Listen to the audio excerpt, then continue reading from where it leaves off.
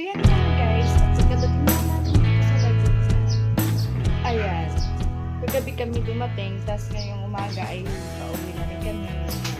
At may sadya lang kami, ayan, mga gulay. Galing yan dito guys.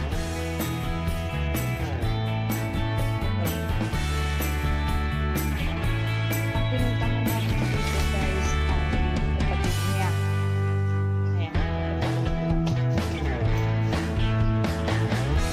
Ayan, tinatali niya guys.